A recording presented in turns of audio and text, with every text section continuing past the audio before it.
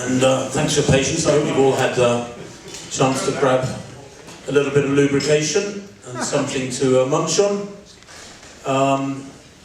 We'll get underway. Can I ask you, first of all, just to turn your phones down or turn your phones, the volume off your phones? That would be very much appreciated. We have got a couple of cameras running.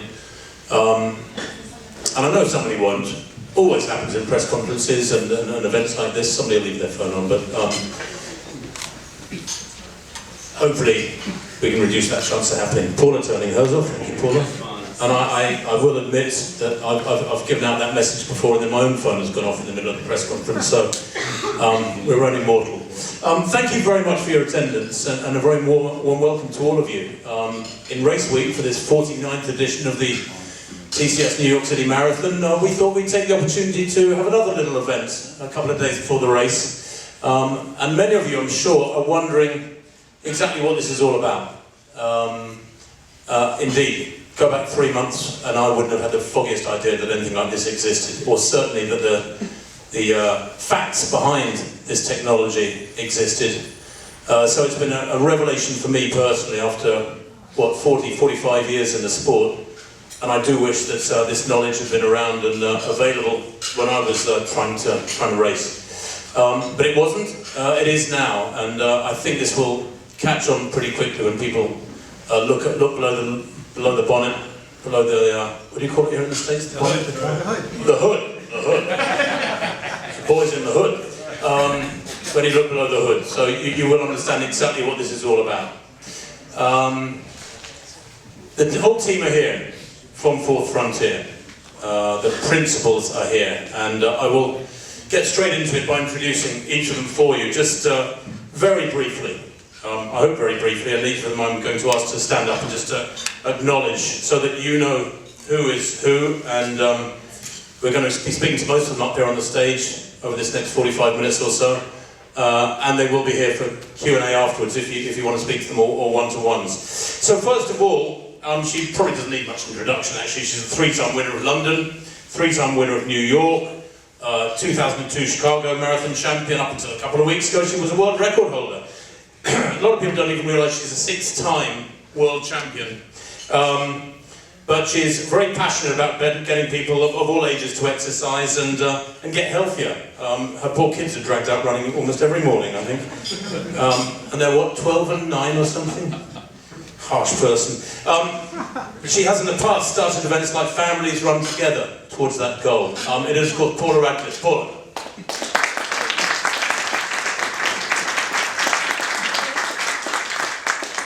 Paula's been on board for 2 or 3 months now. And then the next person I'd like to introduce has become a very good friend of mine for many weeks, just on Skype. And then we met a couple of weeks ago in Chicago and did a bit of work there. And he's been at the cutting edge of technology throughout his career. It's actually rather intimidating when you see a CV like this.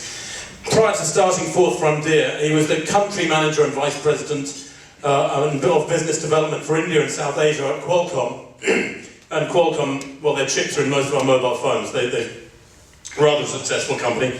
And technology advisor at Reliance Communications. Sandeep Sibal. Sandeep. He has lived in the USA and, of course, India.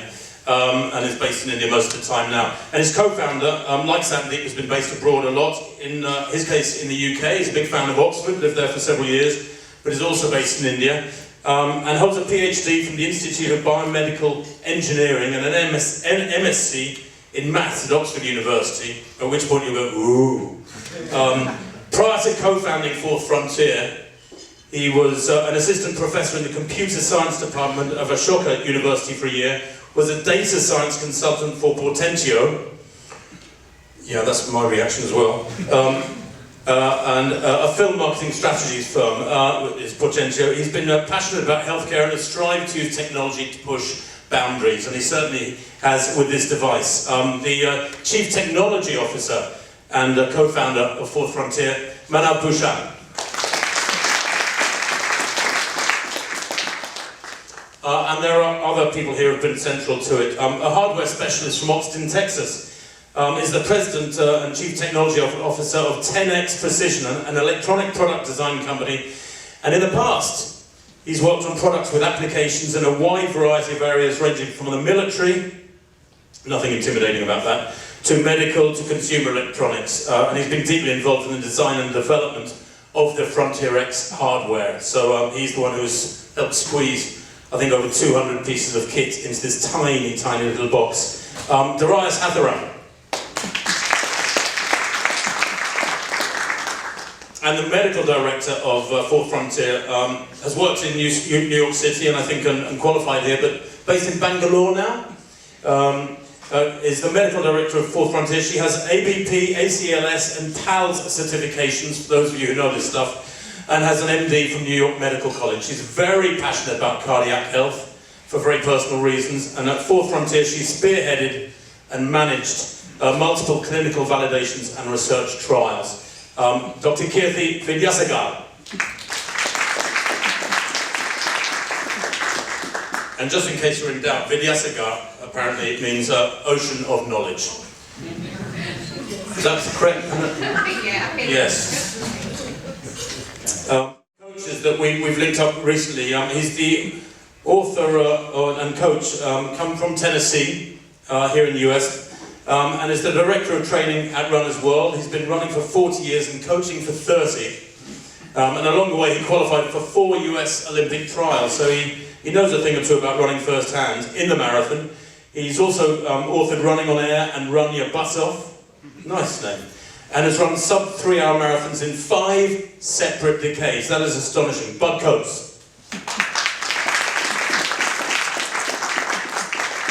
Bud's knees and hips are still working, it's incredible.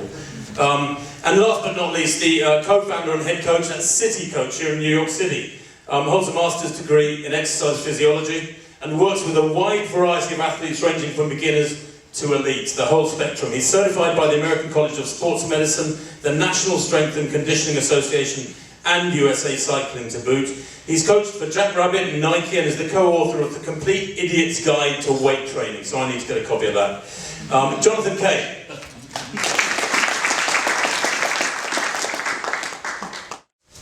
So just to run you through what we're doing, I'm going to speak to several of the principles that I've introduced to you, and then we're going to have a demo with Paula on the treadmill. That's why she's dressed accordingly. She's not in for yet another training session.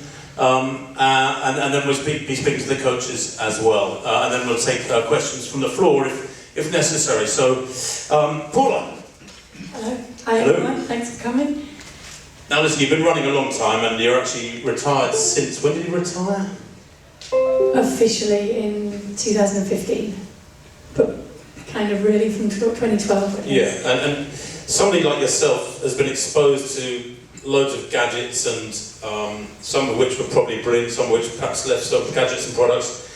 And just tell me, I mean, you know, I rang you, what, 10 weeks or so back, but what was it about Frontier X that made you sit up and pay attention and believe in it? Because I think about a week after you got a call from me, Manav flew up to Newcastle where you were at the Great North Run for BBC, and you ran with the device, and that was pretty much it. Yeah, and I think because it really resonated with me, it's revolutionary in that it gives you a lot of feedback that's vital for us as runners. Really understanding the heart health, I think, is massive. Understanding breathing rate and enabling you to tune in to your body and to listen to it, because you're right, there are a lot of gadgets out there, and it started out with the basic stopwatch, and that was kind of on time, distance, speed. We had all of those things measured, but sometimes, and certainly me as a runner, you have to run according to feel and to what your body's capable of, and sometimes trying to let it be governed too much by gadgets is actually a harmful thing. And I think that's why this really resonates with me, because it looks after your health and it gives you that ability to tune in, but it doesn't take over your run. You don't actually have to listen to it much other than the buzz if you're working just that little bit too hard. And we'll see a bit more about that later on, but it kind of combined listening to your body and tuning into what your body's capable of and able to achieve with giving you that protection that I think a lot of runners come into running, not for the winning and not for the performance, but for the health side of it, and getting that reassurance that everything with your heart is okay and working well, I think is really important for all of us. I think you went for a run along the time with Manav, and he was trying to keep up with you. What was your experience in that first first run with the device, were you a bit sceptical to begin with? I think I was just very interested. It probably takes a lot, because I think certainly when you've been running as long as I have, and when you've been racing as an elite, you tend to think you kind of know it all about performance and about the data and things that can come back. And I've studied a lot of things about VO2 max and those kind of performance testing, but I actually had never had an ECG and had never seen a feedback of an ECG while I was running. So I was really interested to see that side of it. And Manav explained a little bit, put the device on, we went out for a run, and it was an easy run along the Tyne, and I was chatting away. And at one point I said to Manav coming back, I said, I'm not sure that my device is working because it isn't buzzing or doing anything, it just feels like a normal run. He said, yeah, but mine's buzzed quite a lot. And it did then highlight when we went back and we could look at the two side by side. You could see how actually breathing rate is a very accurate reflection of how hard you're working, and so that's where I think it can be a key addition to performance and to training and racing, just helping people learn how to pace themselves. So those little buzzes essentially are telling you that you're going a little bit harder than you plan to run, because you can preset a level. How would Frontier X help runners consistently hit their optimal performance, do you think, therefore? Well, I think it's got a lot of benefits, and I think from that performance benefit, it's just learning how you can sustain it well. And like I said, a lot of our hard training when we're racing is kind of trial and error. You get it wrong a few times by pushing too hard, and then you learn about how to ride that fine line that is as hard as you can go while still maintaining that to the finish. And I think that's what Frontier X is really helping with. It's helping people to get a little buzz, to help them learn where that line is. And I'm only just starting to learn about it and to use it. I've only done a couple of runs with it, and I can see that will be part of my almost game that I'll play with it, is I'll try and guess, right, okay, this is where I think I can sustain it, and then see if I get the buzz that will reinforce that. So I think it will help people to learn where that level is, and particularly in things like the marathon when you're racing, to be able to get that buzz in the first half that says you're going too quick, back off, which will then help you to run a PB, a PR over the next bit, I think will be really important. And then the other side of it is the health side of it, which I think is very, very important, and that's what I think we all need to understand a little bit more, that the heart is essentially a muscle, and we all think about warming up our muscles, we don't always think about warming up the heart. And the same way that in training we stress it as we stress other muscles to get better and to get stronger. And a little bit of strain is good, but the ischemia, when it's not getting enough blood flow, can be harmful. And a lot of runners, we probably think we're invincible. We don't think about the fact that might be creeping up, that fibrosis of the heart might be creeping up. And certainly for me that was reassuring to see that up to this point, with everything that I've put my heart through, that hasn't happened. But to be aware that going forward, you might not feel anything, you might not know it's happening, but Frontier X will give you that feedback, and you'll get two big buzzers, and that will really be a sign, okay, you're stressing your heart too much, and you really need to back off. Implications from a health perspective for runners are pretty vast. Yeah, and I think that's maybe as yet untapped, but moving forward I think that's huge, because so many people outside of the performance aspect of it come into the sport for those health benefits, and might almost use it as a rehab, a way to get back fitter later in life, and to have that kind of reassurance that you're doing something that's good for your heart as well as good for the rest of your body and good for your mental health and physical health, but really looking after your heart, I think it is very, very important. I mean, I can remember seasons back in the 80s, about 100 years ago, it was black and white, I was running alongside Ray Flynn, wasn't Ray? When I overcooked things and had gone over a peak by the time the World Championships came round, and I was useless, I was spent. Mm-hmm. And essentially this device can avoid that happening. Yeah. It disciplines you. Well, it can help you measure the training load, and so actually what that training effect or effort is overall, and I think that's what's new, because things like heart rate monitors, they really helped us to monitor what effort you would be putting into a training run. Then you get in the pool, or you go and do some weights, or you do something on the bike, and it's a slightly different level, so it's hard to go across those disciplines and work out what the overall training effect and training load has been. But this helps you to monitor that training load much more efficiently through the breathing rate across those different fields. And then just to look back, and you're right, the injury risk comes because we push too hard, and just having a device which can help you know when you are pushing too hard and when to back off. I'm not going to say it's going to stop all of those injuries, but it will certainly help some of those overtraining injuries and illnesses that we pick up from just pushing too hard when we should be backing off. Okay, thanks, Paula. Interesting to hear from an athlete's perspective. Let's hear it from the horse's mouth now. Sandy, will you please join in on the stage here? And first of all, Sandy, I'd like to ask you what motivated you to found this company. I mean, you're a man who's got a very successful blue-chip career, I suppose, in the technology sector. What made you step away and think about Fourth Frontier? Yeah, you know, prior to this company, I used to work at Qualcomm, and Qualcomm, as many of you would know, has been in the heart of many of the smartphones that we use today. And I actually saw the whole smartphone boom from the days of Nokia and cell phones, and noticed that these new technologies, sensors, new semiconductors, you know, were so powerful, and they were really transforming things. And you know, I was reflecting on the fact that when phones first came around, it helped us connect with people.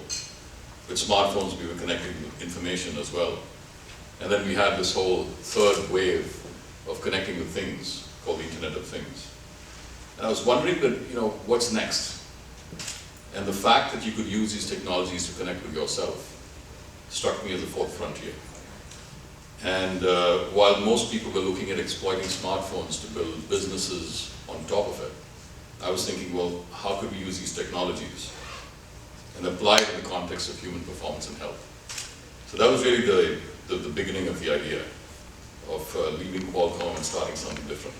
What's the inspiration behind Frontier X? I mean, that's about the company and the Fourth Frontier name, but the inspiration behind the actual device itself, what problem were you trying to solve? Were you aware of something, or were you made aware of something, that almost a vacuum in the market? In the running, actually, I wasn't a runner. And about 10 years ago, my supervisor at Qualcomm, EVP, a woman called Peggy Johnson, who also happens to know Paula, she got me to running. She was visiting Mumbai, and she said, hey, why don't you come with me for half? And I said, I haven't run since college. She got me to running, and I always wondered, well, how do I get myself to run at the right pace? You know, I had my Garmin watches, you know, I had looked up the Maffetone system for, you know, using heart rate, and they all seemed to be falling a little short. So that got me thinking. That was one. The second was that, you know, I came from a family of, you know, people who had heart issues, and I always wondered, should I push myself to a full, should I do an ultra, you know, how much is actually good for my heart, how much should I push it? So these were two questions that really I didn't have answers for. So I think these were two areas that struck me as, you know, unsolved. Then of course, you know, thought of starting a company along with Manav. I met him, you know, through another connection and so on. I was going to say, take us through the company's evolutions. It's a young company. I don't know if you would call it a startup, but it's a very young company. Yeah, well, the company is actually 3.5 years old. We've just been in stealth mode until today. We've been working assiduously on technology, new technologies, new products. We're actually in the fourth version of the product. And, you know, when I first met Manav, we both were thinking about, well, what could we do in the space? And we recognized immediately that many of these difficult problems require physiological signals, and often you can't get that on the wrist. You've got to be near the chest, you know, you've got to be near where the heart and the lungs are. So we did a lot of research on that, we spent a lot of time on that, and you know, one thing led to the other. We did consider whether we should go down the consumer route and build a consumer product, or whether we should build a medical product, because there's lots of applications in the health area there as well. And we finally decided we're going to pursue both. And Frontier X is actually the consumer product. There is a follow-on medical product coming up, but that's something we talk about in 2020. So how do you believe Frontier X change endurance sport? I mean, the potential is massive if people can get their heads around the technology. A lot of what Paula just mentioned is, you know, is you're absolutely bang on. I think 2-3 things. One is running based on effort.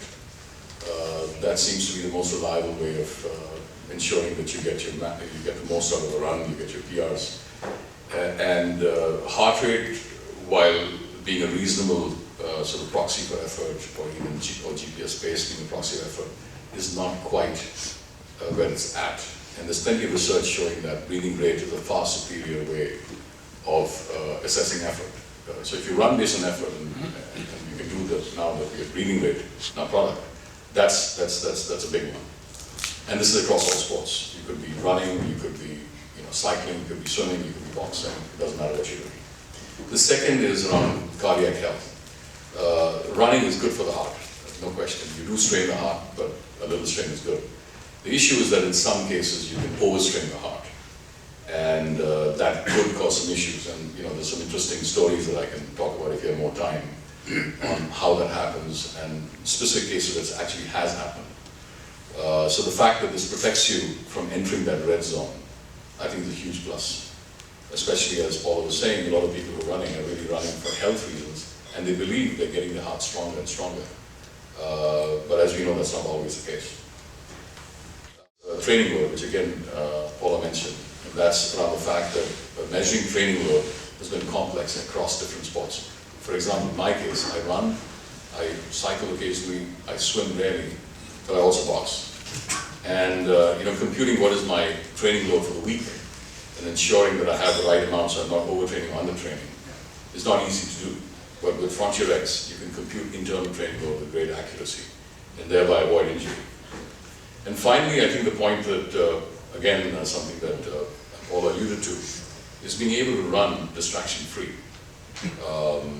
This is a very important fact that a lot of people, when I began running, I had my watches and I kept looking at my watch, occasionally, banging the pole once.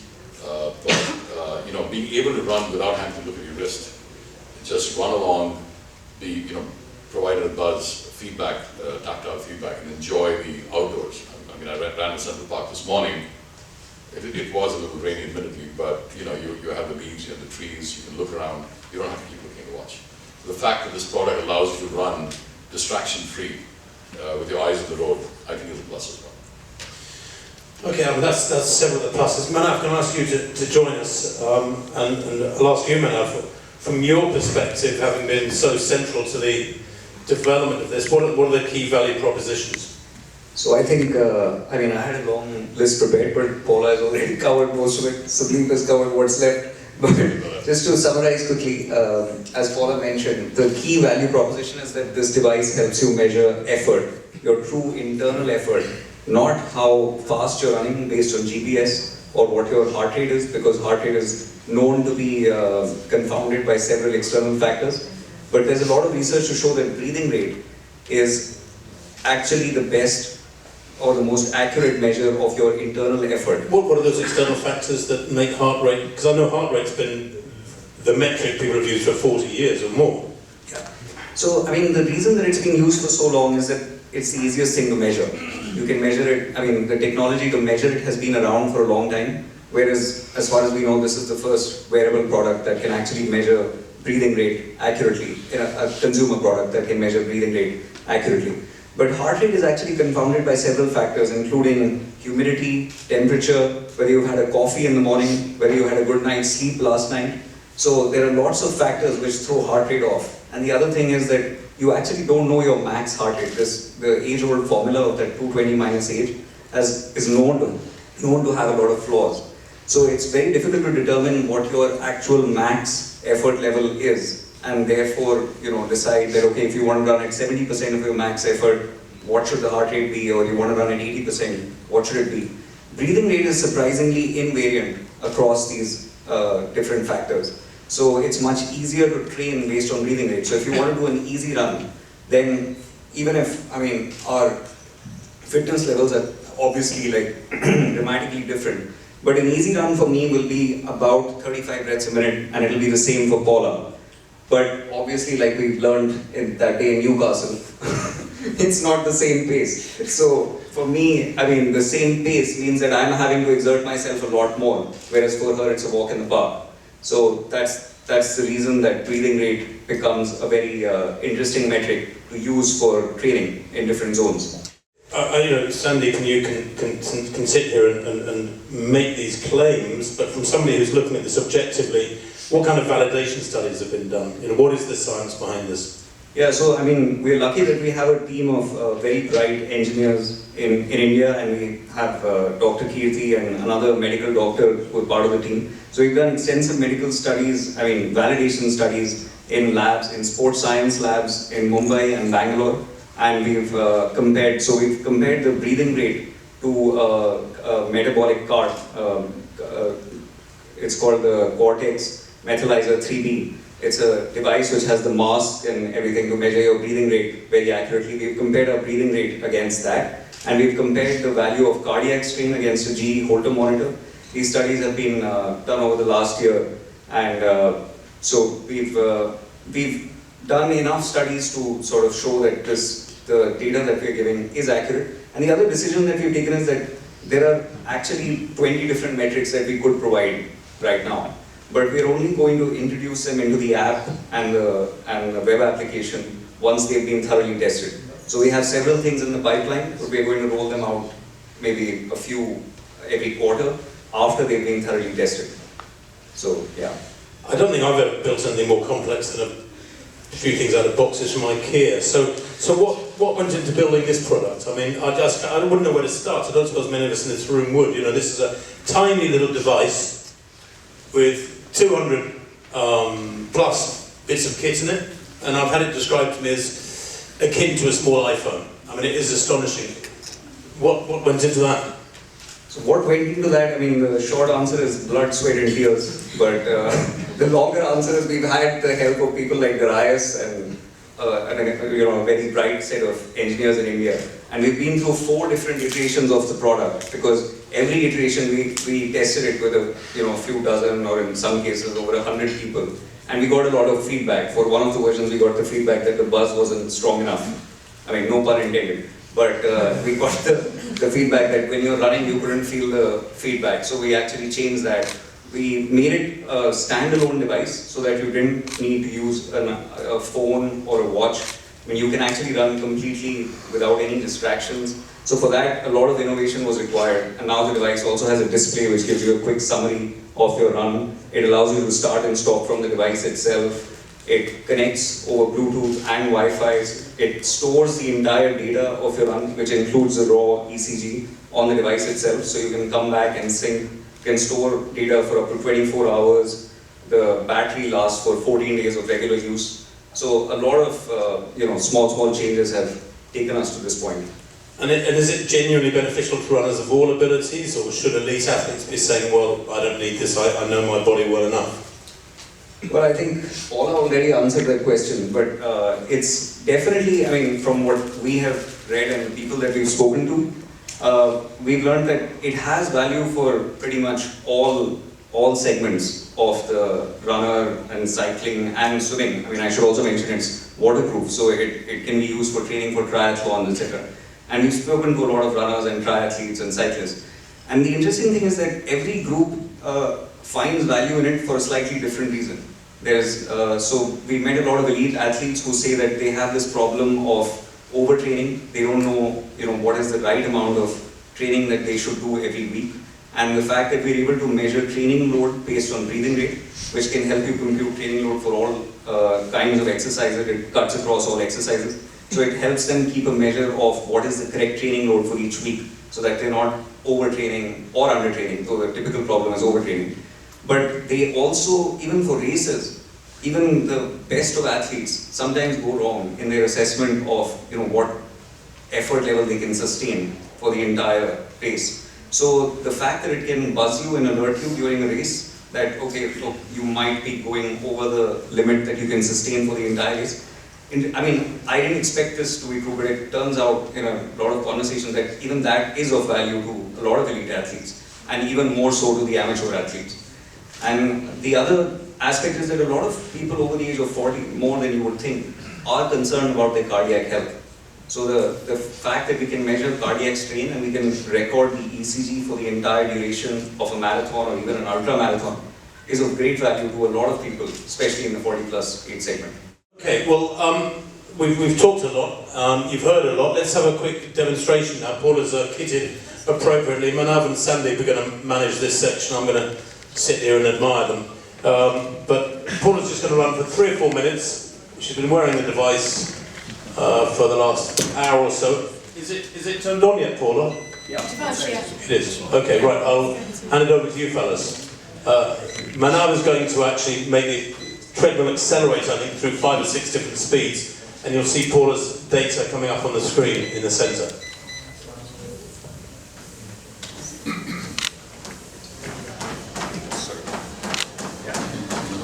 Paula has actually been. So Paula has actually been wearing it since the time she arrived, pretty much. That's 2 hours and 22 minutes, and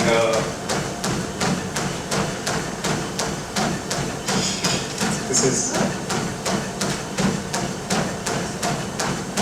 I suppose, a very easy pace for her. So her breathing rate is just touched 22. When she was sitting around, it was more like 8 to 10 or 15 breaths a minute. And there you can see it starts to go up as you're ramping up your. Yeah, I think the colors here represent the intensity. So you saw the colors move from blue to green to yellow.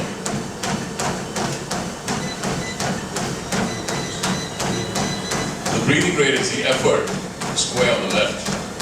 Yeah, and she's just turned up the speed. Now we're at almost 7.5 miles. So she's crossed 30 breaths a minute. And the other interesting thing about breathing rate is that it reacts more quickly than heart rate in many situations. And now she would have felt the buzz, I'm guessing. Oh, I put it to 35.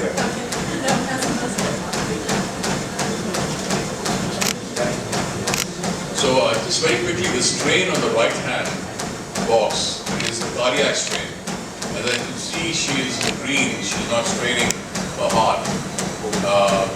Typically what would happen is, well, here you go, the effort's gone up to 35, the strain is still at 0.04, which is in the green zone, which is on the low side. Now, everybody's heart strains when they run. It's a question of whether you go into the red zone. So as you can see, Paula's heart is very much in the green zone, which is extremely low. This is 0.03. Turns out the units are millivolts. If it crosses 0.20, which is far more than 0.03, that's when you need to be a little concerned. It's right now 0.03. It's doing just fine. Now the effort is coming back, getting it down to 29, and you can see that over time the straining will come down as well.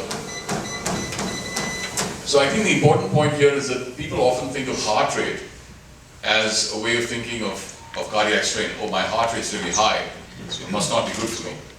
But that's not true. You can have a heart rate of 180, 190 and a low cardiac strain. And you can have a heart rate of 130, 135 and have high cardiac strain. And it's cardiac strain that you should be concerned about, not the heart rate per se. So that's another important takeaway. Well, I'm going to let Paula take a couple of breaths. And here's the ECG. Here's the heart, and each of these spikes, as you can see, represents a single heartbeat. And this is coming live from the smartphone. It's being recorded and streamed live here. So this is what happens right through your run. Every single beat is recorded, every single breath is recorded. And you can pull this up later on. For example, if you have some concerns, you have a little chest pain, you can always go back and look at it. You want to compare how you performed on a particular day to what you did a week before or a month before. you can some glitch. No, he's running out of battery. Running out of battery. Oh, you're running out of battery. Connect Paula's phone and let her walk. Oh yeah, actually, that's perhaps even more interesting. Okay. So Paula was telling us about her first run on the device, 8 weeks ago in Newcastle, but actually you had quite an interesting experience this morning, Paula, when you jogged up to Central Park. This is my second run with the device. Sandeep gave me one last night, and I guess I went out this morning just to experiment a little bit more.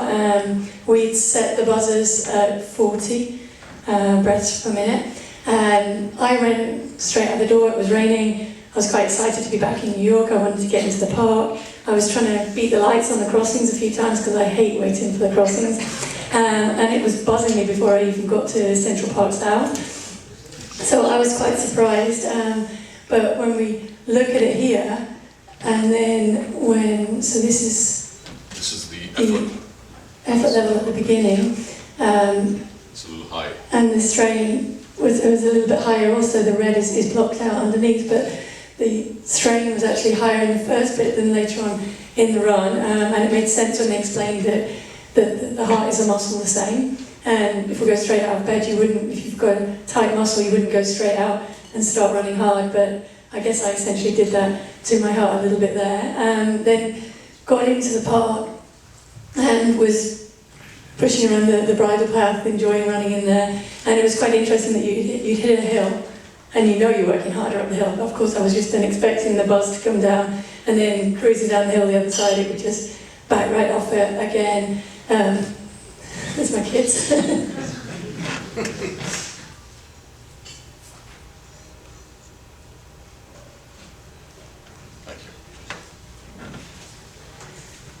So yeah, it was interesting just to find out for me, and that's why I said I think I'm going to quite enjoy playing with the device a little bit to find out what those breathing rate levels are for certain runs that I want to achieve. And essentially for me now, I'm not doing a lot of hard workouts, but I still would like to find out kind of what is that zone when I really feel like I'm pushing hard and I'm really asking a lot of questions of my body, and what is just my go for a nice hour run and feel like I've worked hard but not really overstress things.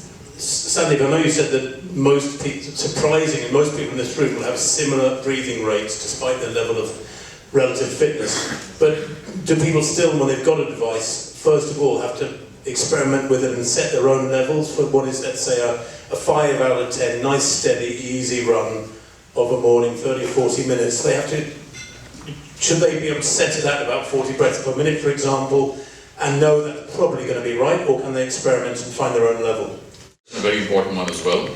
What we found is that, for an easy run, you're looking at, 30, 35 breaths and below.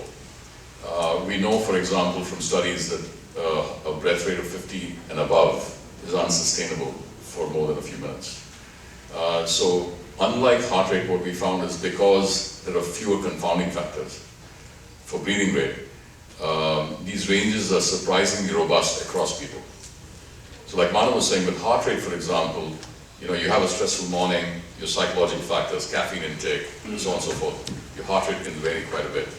But with breath rate, it's tied more cleanly to the oxygen and carbon dioxide levels in your blood. So what we found is that these ranges are robust, unlike heart rate. And so if it's an easy run for Paula, at 30 to 35 breaths, it's the same for me as well. If it's a difficult run for me, at 50 breaths and above, it's going to be difficult for Paula as well. So it doesn't matter if you're an elite or a couch potato, the ranges are fairly, pretty tight. And that's amazing.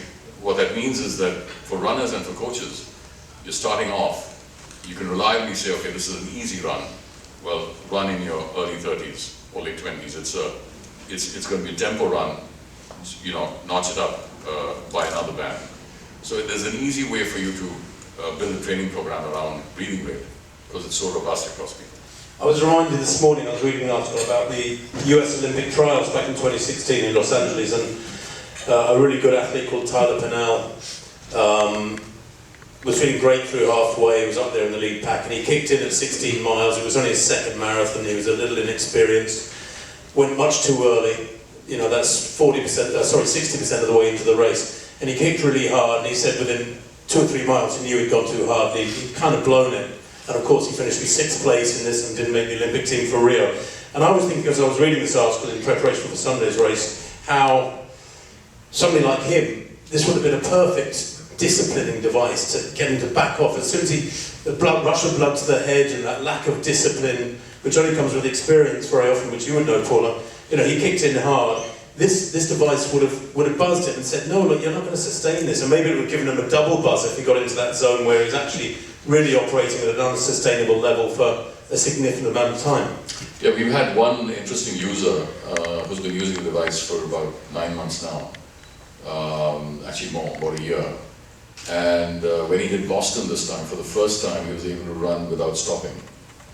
And he said, the reason I did that was just because of Frontier X. Because, he would go up these hilly terrains and he would keep looking at his pace. And, if he would back off, he would try to push himself a bit too hard, then he had to stop, he had to pay the price later on. So he was saying it's amazing, because of this product, for the first time I've been able to run a marathon without stopping. He's not an elite, he's perhaps not in the sub-elite, just a regular run. And he got his PR. So I'm saying, you're actually beginning to see these results. Now, to Mana's point, these are early days for this technology. But based on the anecdotal evidence we have, and the science behind it, which we've now validated in the labs, it certainly looks very promising. Okay. I think, we talked more about your run this morning and your first experience of it. I'd like to invite some coaches up now. If I could ask Bud to join us. Bud Coates. Bud, as I mentioned, is a man who made several Olympic trials and is a personal best of 2:13. He was saying to me earlier his knees are beginning to give him a bit of a jip, and he's still hoping to enter another decade with a sub 3-hour marathon, which is quite astonishing. But Bud, what made you in particular, as an experienced coach now, and having been a great athlete yourself, what made you sit up and pay attention to the Frontier X? It was really, sorry, that's a little loud. What was eerie for me was how incredibly similar what Frontier X can do digitally and through feedback that my running with Running on Air book was trying to describe relating breathing to cadence. What breathing is that the heart rate isn't, is it's both voluntary and involuntary. You can decide right now how fast you want to breathe or how slow you want to breathe without exerting any effort. You can also decide how deep you want to breathe or how shallow you want to breathe without changing any effort, just sitting there in the chair. So when you go out for a run, you have some choices to make when you're breathing. And I related breathing to cadence, your foot strike. And that's another measurement that Frontier X can give us. So for me, it's really just putting some support to Running on Air, but also going to allow me to do a number of different little self-tests and tests with some of the athletes that I work with, so they learn that effort-related training. The buzzes are going to tell you to slow down, but what you want to do, and I think what Paula was talking about, is she wants to know how she feels just before you get the buzz. And that's the most important thing. And for many athletes, and myself included, I didn't have that buzz to take advantage of. I did have this rhythmic running breathing key that I use related to a Borg scale of physical exertion, but there are times when you just don't listen. Sometimes you're daydreaming. You go out for a training run and it's supposed to be an easy run, and it's just so nice out, and you had a great day, and you just find yourself running a lot faster than you probably should, and you don't know that until it's too late. Whereas with Frontier X, you're going to get that buzz and it's going to say, okay, back off. It's just that immediate feedback that allows you to train or to run at the correct pace. And for me, it's tying it into Running on Air. We've seen some astonishing things in the world of distance running in recent weeks. The 1:59 in Vienna, the world record in Chicago a couple of weeks back. Kennedy Sebekle missing the world record in Berlin a few weeks ago by 2 seconds. That came out of the blue.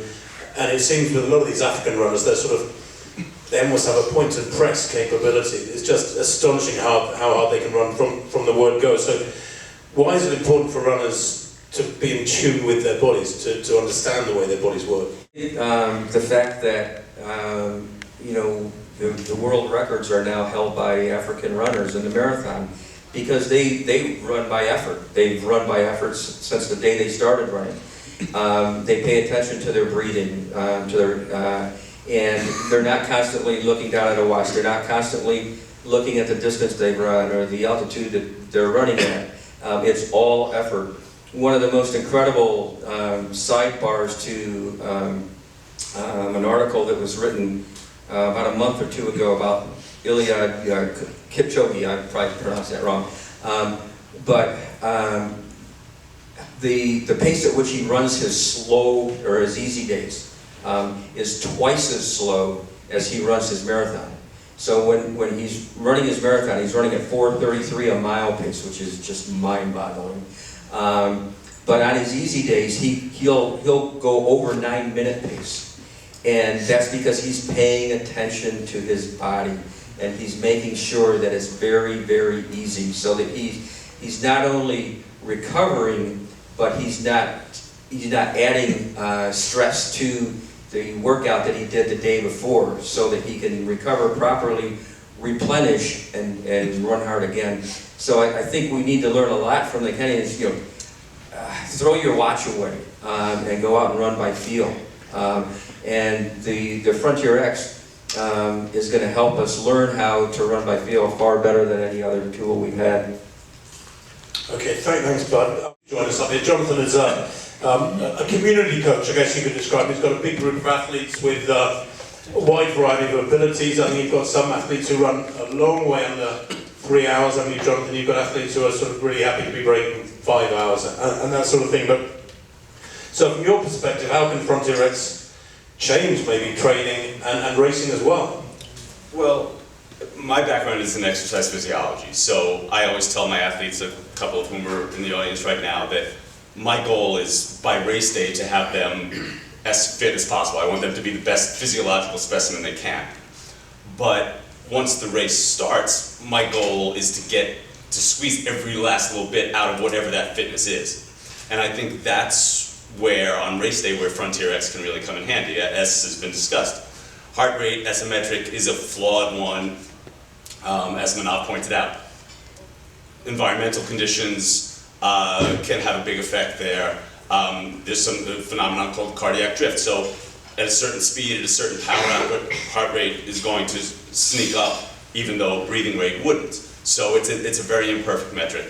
And simply looking at pace, as has been discussed, first of all, can be distracting, and second of all, can be deceptive. So the ability for me to say to a runner, okay, here's that threshold for a 5K, for a 10K, for a half marathon, or in the case this weekend, in a marathon, here's where that threshold is going to be set. And if you feel that buzz, if you exceed that threshold, you're going to get that instant feedback, and you're going to be able to adjust. And I'd much rather, I've talked for years to my runners, I'd much rather make a subtle adjustment sooner than a big adjustment later. And that's where Frontier X is going to be so important, is it's going to give that feedback before that's subjective, before your perceived exertion has changed, before you realize, oh, I've crossed that line. You're going to get that buzz, which will tell you to back off. And again, you can make that subtle adjustment sooner rather than the big one later. And from a training point of view, you know, it's very frustrating for me. Again, I'm a gadget guy. I love data. I love gadgets. But there are times that athletes can get too locked into it. And I've had runners say, you know, I'll look at their run and I'll go, oh, what happened there? They go, oh, I slowed down because my heart rate hit such and such. I say, well, how'd you feel? They go, oh, I felt fine. So why'd you slow down? Oh, I was worried, I was this, I was that. And again, I work with lots of middle-of-the-pack, middle-aged runners, and they're thinking, well, there's a danger, there's this. And again, heart rate is a very flawed metric if you're worried about heart health. On the other hand, to be able to look at cardiac strain, so if the runner is concerned from a health risk point of view, forget a performance point of view, just out there training, they've now got that metric. They'll get that double buzz if they've crossed the threshold, you know, and there's a strain that's of concern, but they're not sitting there, they're not running along and slowing down because they've passed some arbitrary threshold of heart rate, which is really not going to be very meaningful to me. So whether it's a day when athletes should be doing a steady recovery run, whether it's a 9-minute miling for Elliot or a tempo run, a really tough day, you can envisage a situation where actually an athlete can justify strapping it on before every session, before every run? Oh, absolutely, and I just think, again, it'll be used in a different context, and I'm very big, just as you were talking about, many of the African runners, many runners in general, who will do easy runs very easy. A lot of the challenges that I found, you met some of my athletes today, they were that sort of stereotypical type A, gung-ho, and the biggest challenge I have with them is not to get them to go out and push hard on a tempo run. It's to get them to back off on an easy day and to convince them that they can do that guilt-free. And they always say, oh, it felt, I just kept going and going and going. So the ability to set a lower threshold on a Monday recovery jog and have that be the, from a coaching point of view, to have the Frontier X be the one who's tapping them on the shoulder saying, hey, take it easy, cowboy, we don't have to go so hard today, because tomorrow's intervals, we are going to work hard, and for those intervals, yeah, we're going to set the threshold higher. For that tempo run on a Thursday, we're going to set that threshold higher. So yeah, I don't necessarily envision only using it in racing context or only using it on hard days. I envision using it on easy and recovery days as well, but obviously just with a different threshold. You would have used in your heyday? It's funny listening to that, because it actually, what took me the hardest, and it took me the longest and was the hardest for me to learn, was to run easy. And it probably only was when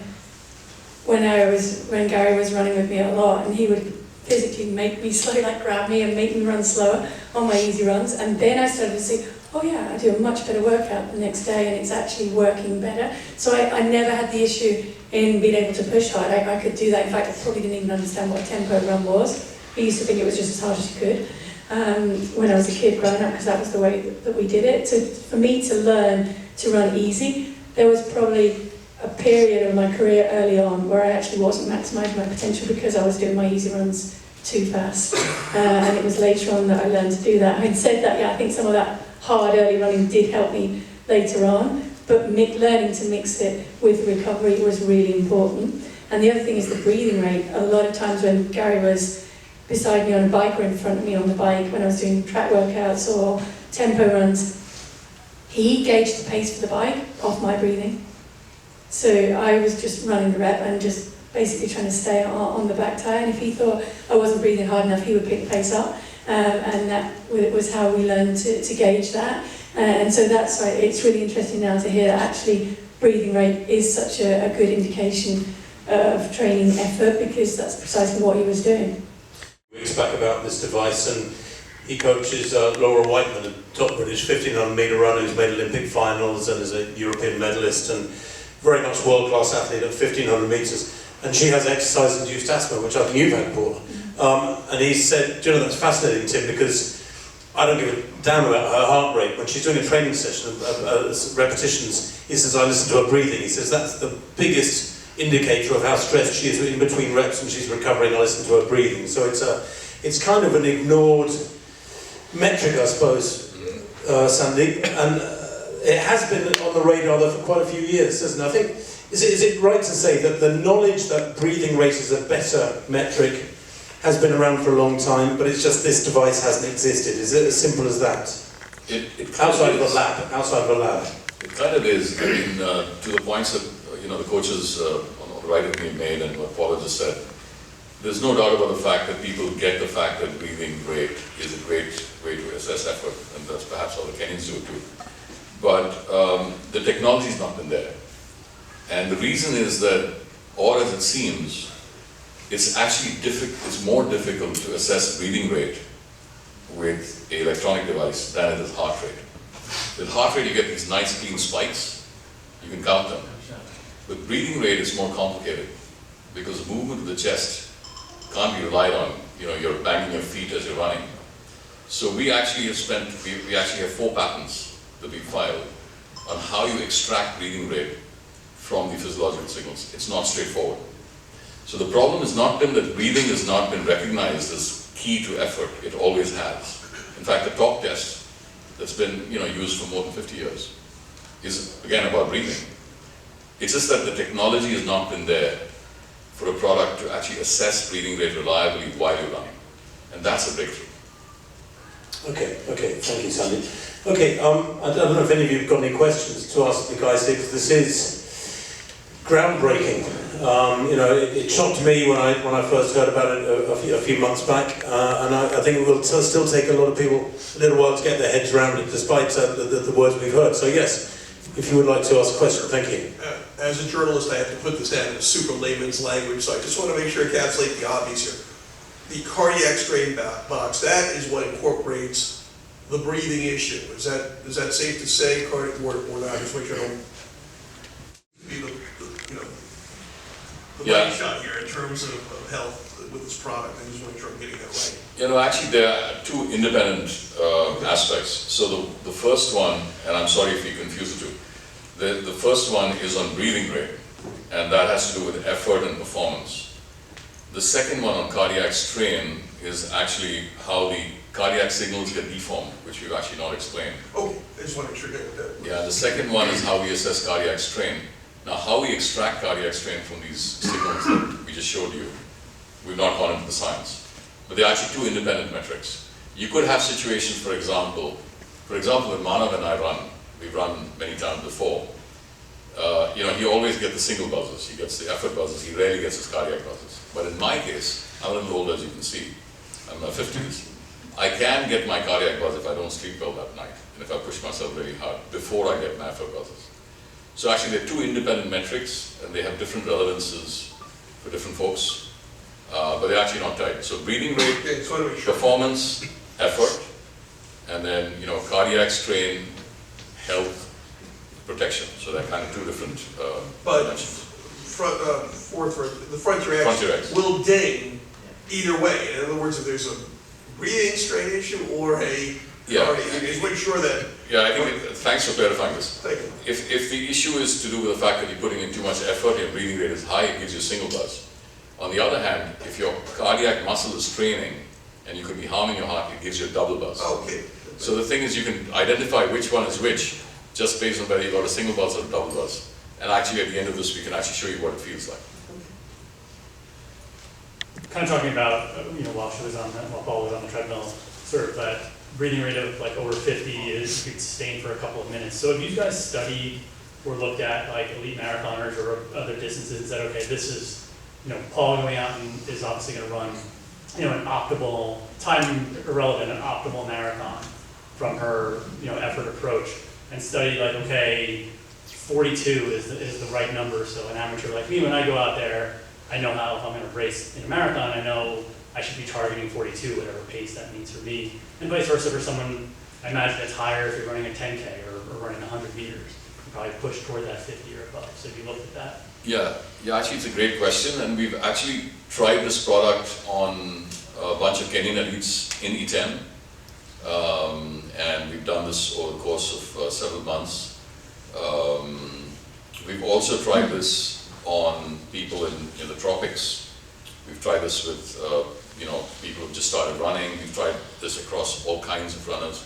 We tried this with 60 runners at a recent major marathon as well, earlier this year. So we've studied this problem at length.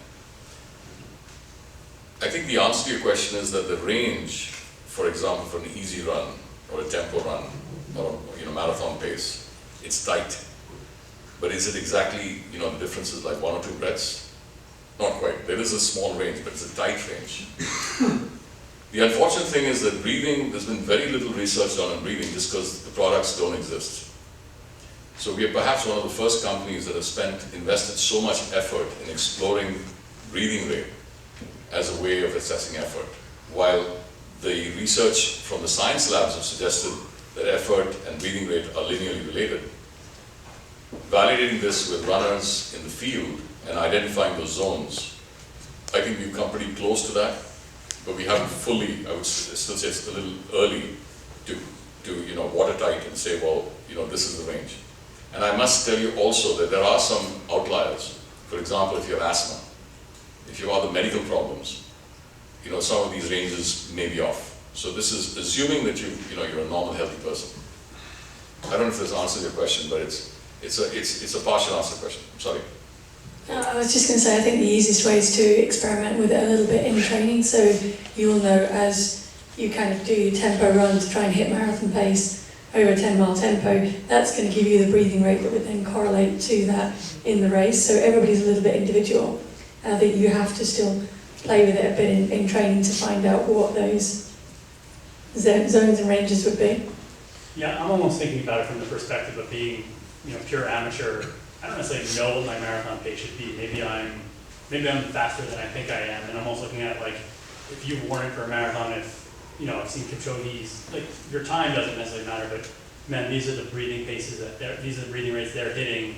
Whatever my pace is, let me go and target that. If I'm running a 10K or 1500, go, take Matt Centro. It's like, okay, he runs at this breathing rate for 1500. If I'm going to run a mile, that's what I should be going after too as an amateur. And kind of figuring out how to calibrate the device based on what someone who really knows what they're doing is, because you said that like the breathing rate translates across regardless of your ability, right? The other thing that everyone has to realize too is there's a proper way to breathe when you're training and competing, and that is that you're breathing predominantly with your diaphragm, so that when your diaphragm is contracting, you're allowing the most amount of volume of air to go into the lungs. If you're only using predominantly your chest muscles, your thoracic area, your ribs can only move so far, so you're limiting the amount of oxygen that can go into the lung.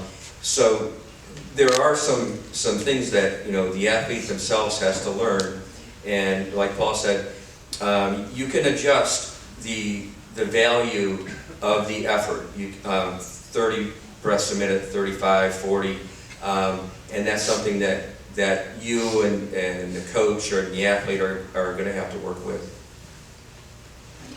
The other thing for the marathon, I think the biggest gain, so if you're trying to run a PR over the marathon distance, would be listening to the buzzers say over the first 35k.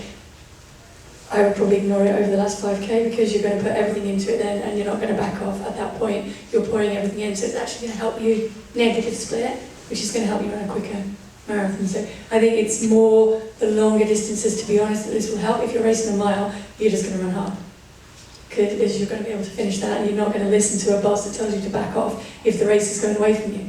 You're just going to go with it. So, Yes. I'm a physical therapist, and actually I work with a lot of runners, and one of the things that I do a lot of is kind of working on breathing mechanics and kind of rope excursion and sort of how different runners are breathing. So, and I do see a lot of variety in that, a lot of like apical breathing or like kind of aberrant breathing patterns. So my question is, given that there is sort of a variety of breathing patterns in runners, how does the device measure the breath rate? Like, what's kind of the science behind that?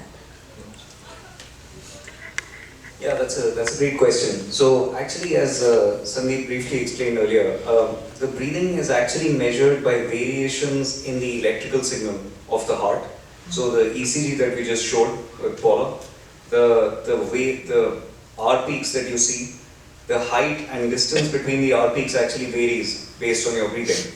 So even if you have different patterns of breathing, like somebody's breathing from the diaphragm or somebody's breathing from the thorax, so that can change the variation of the motion. I mean, that's why you can't rely on the motion of the chest wall. But because we're actually measuring it from the electrical signal, it's much more reliable, because no matter which part of your chest you're using for breathing, the variation of the electrical signals is still the same. So you need to be able to record the entire ECG and then be able to compute on the device itself to be able to actually reliably ascertain the breathing rate.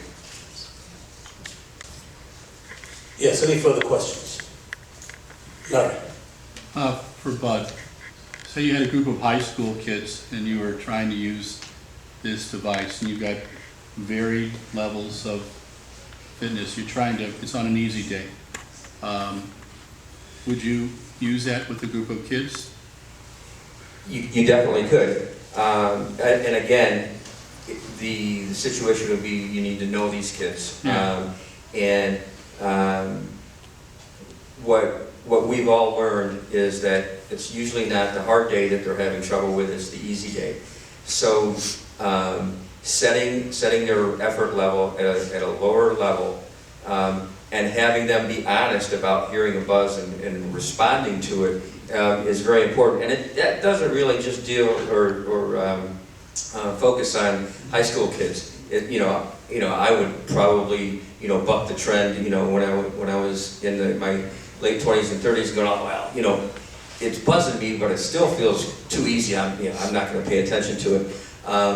But yes, I think the feedback it could give a young athlete to learn right away how easy is. And then also, how hard a tempo run is as related to an interval workout. So the idea that you can adjust these levels and teach the athlete how they're going to feel at these different levels, as Paul said, just before you get buzzed, so that you're training by your effort, not someone else's. Okay, any further questions? Obviously the team are going to be here for a little while yet. There's plenty of liquid and food at the back of the room as far as I'm aware. So if that does conclude things, then thank you very much indeed. Thank you all of you.